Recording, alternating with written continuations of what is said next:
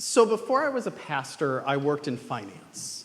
And one of the things I quickly realized, having grown up Christian my whole life, and then moving into finance, was I would sit down and have these really deep, amazing conversations with people about their sort of fiscal lives, right? Because that's what I did. I helped people figure out how to get their kids to college. I helped people figure out how to not get hammered by taxes. I did a lot of good in the world of finance. But I found this really strange thing, which is that, well, finance is this huge, giant part of everyone's life. I mean, who here has never worried about money?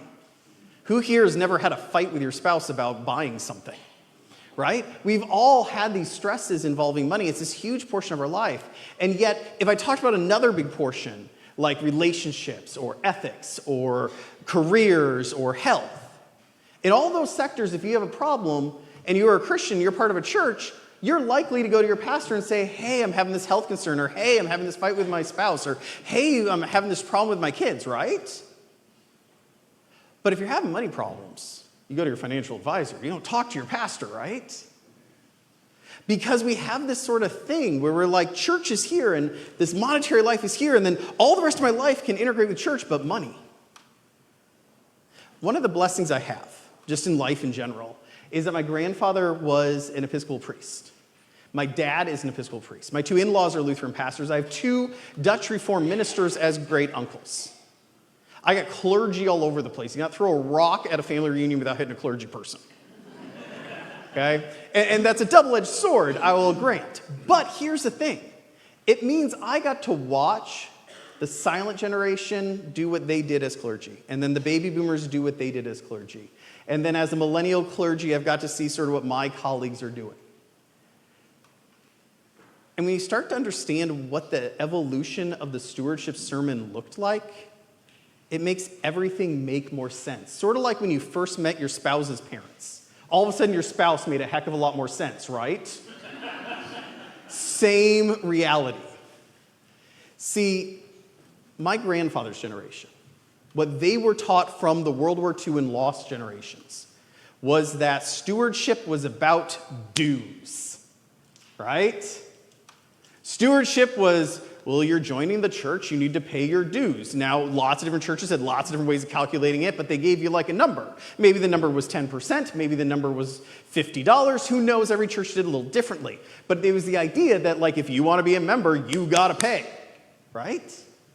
And then that turned into all sorts of really bad, awful things. You had shame lists, right? Those of you who are old enough, you might remember these. These were like, you didn't pay your dues, so you're going on the wall. Or you're going in the bulletin. Or I'm just going to tell everybody. Okay? Horrible. Because that was done without context, without caring, without mercy, without justice, without compassion.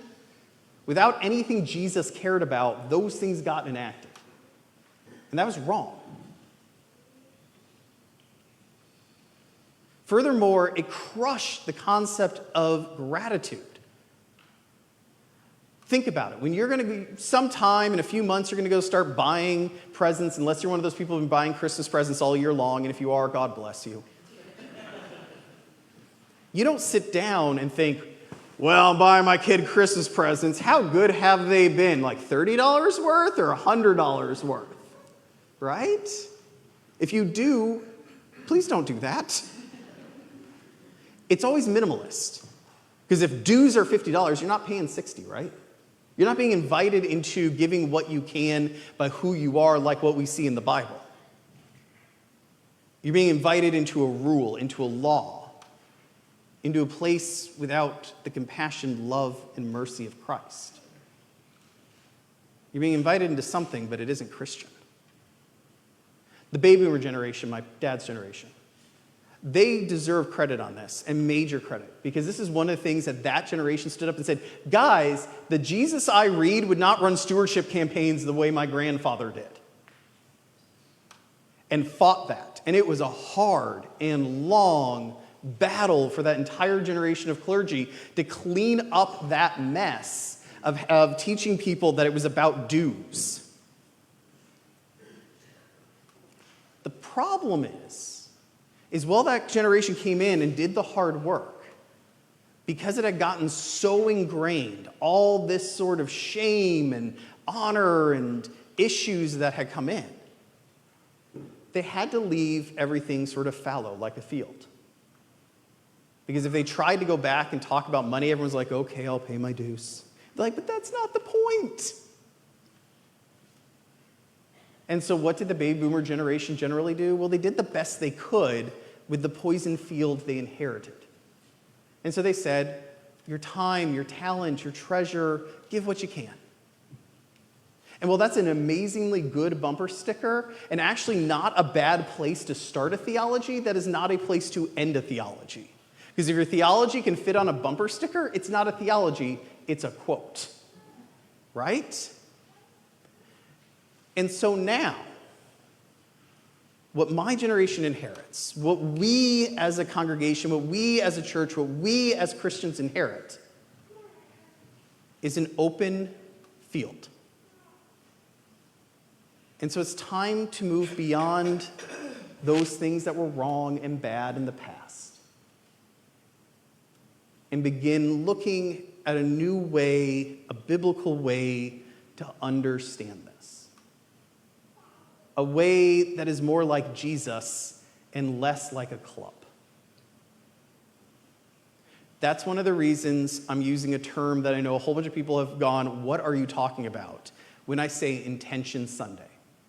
People are like, oh, you mean Commitment Sunday? I'm like, nope, I mean Intention Sunday. They're like, oh, you mean Pledge Sunday? I mean, nope, I mean Intention Sunday. Because it's intentional that we're using the word intention. Because there's a huge difference between a pledge or a commitment and an intention. A pledge is, I will do this, right? Like the Pledge of the United States, right? Or pledge to the flag. That is you saying, I will do this, right? A commitment is like what you do when you stand up here and you say, I do when you're getting married. That's a commitment, right? I'm not talking that. I'm talking intention. Most of us know what we intend to do tomorrow. And most of what we intend to do tomorrow we'll probably do, right? Barring something happening. So if I asked most of you and I said, do you intend to go to work tomorrow? Most of you will say, yes, I intend to go to work tomorrow, right? However, if you wake up with 104-degree temperature, you going to work tomorrow? No. Does that make you wrong? No. Because you had intention, but life changed on you. Right? And that's okay, because that's how life works. What you have in your hands are intent cards. Because what we're asking is not for a pledge, not for a commitment. We're asking simply, what is your intention? And we do that for two reasons. One for the sake of the church and one for your own sake. For the sake of the church is simple. You guys heard for the last 3 weeks about new cool ministries we are either going to expand or launch, right? Y'all remember those ministry moments? That all costs money. We need to know, do we have the money to do these things, right? Just like if you're going to buy a new TV set, you got to know, do I have the money to buy the TV set, right? Or sign up for another sport, or join a new league, or whatever. So what we're asking you is like, well, what's your intention? Because it helps us figure out how much to budget we think is going to come into the church. Now, we know that in the next year, most of you have a pretty decent vision of what your next year will look like. Some of you do not. That's okay. And some of you think you have a vision, and next year you will be totally surprised as to what happened in the previous 365 days, right? If you don't believe me, just look back at the previous 365 days and ask yourself, if you got in a time machine, went 1 year ago and said, what do you think 2025 is going to look like for you? How good would you have done as a prediction? Some of you would be like, I was spot on. Others of you would be like, yeah, I was totally wrong. And that's okay. I've intended to go to the gym for 5 months. Not all intentions get carried out, and that's okay because we're human. That's what it does for the church. It helps us plan. And I know that seems simple, but it's so helpful because we know that most of you who intend to do it will intend. And we know that we get about $96 on the 100 that is intended. Because we know some of you will run into things you couldn't foresee, and that's okay. And we meet that with mercy and grace and love and compassion, because that's how Jesus met people. But what does it do for you? It's worth noting every major religion in the world, and pretty much all the minor ones, have some form of charity giving, right? It's a pillar in Islam, it's part of Judaism, it's part of Hinduism, Buddhism wants you to give up all the material possessions, right? The reason that regardless of race or zone or creed or background, all the religions of the world talk about charity, and heck, atheists will talk about humanism, which involves charity. Because charity is this incredibly important part of freedom. Dave Ramsey says, if you don't master your money will master you. And being a financial advisor, being a pastor, I have seen it. It doesn't matter how much you make or how little you make.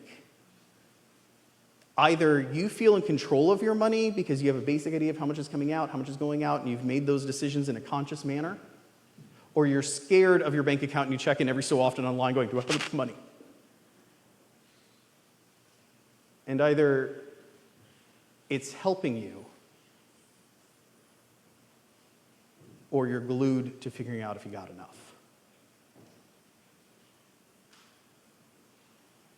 See, part of what charity does is if you sit back and you say, how much can I give? And we're not talking about amounts or giving a lot. I purposely read one where someone gave 2 cents and Jesus was like, great going.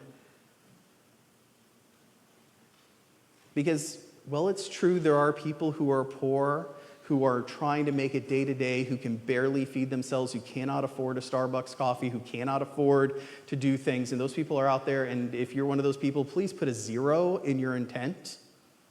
Because we should be giving you stuff, not the other way around. Because that's what Jesus did. That's where that temple money went to. Most of us are probably not there. Most of us have been blessed with something more than that. If you are one of the people who are blessed with not having to barely make it month to month, then I would challenge you, what is your intent to giving? And you may say, well, I don't want to give to the church. That's fine. What's your intent to giving somewhere? What's your intent to give to charity? Because if you have the means and you can't go through the emotional difficulty of at least talking to yourself about what my intention is, even if your intention ends up being, my intention's 0 this year because things look really crazy, then there's a deeper problem than money. Because if you can't have that conversation with yourself without your anxiety going through the roof, that money has started to become your master, not you its.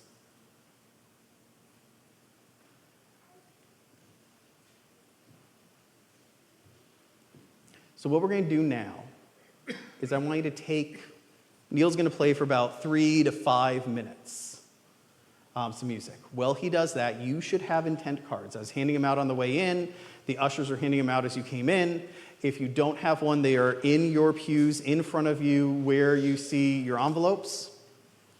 If you don't want to do that, you also were texted, if you are on our One Call Now system, a link where you can do it on your phone. We're going to give you 3 to 5 minutes to have that internal conversation and fill it out if you're ready. If not, we're coming back to this next week. Take it home, have those conversations. When it comes time for communion, you see this basket up here? As you come up, just drop your things in. If you're worried, like, oh no, people might see that it's me, well then grab one, don't fill it out, and throw that in. Okay? This is not pressure, this is not shame, this is nothing. This is just us asking, what's your intention, and calling you to have an internal conversation between you, God, and those who you work with in your money, like your spouse.